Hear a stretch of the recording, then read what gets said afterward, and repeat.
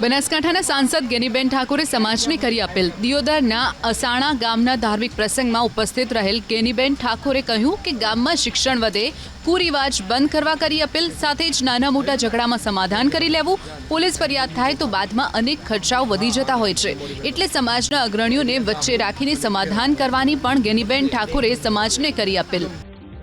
સમાજમાં ગામમાં શિક્ષણમાં વધારો થાય, કુરિવાજો ઓછા થાય, બીજા ખર્ચા આડા હોય ઓછા થાય।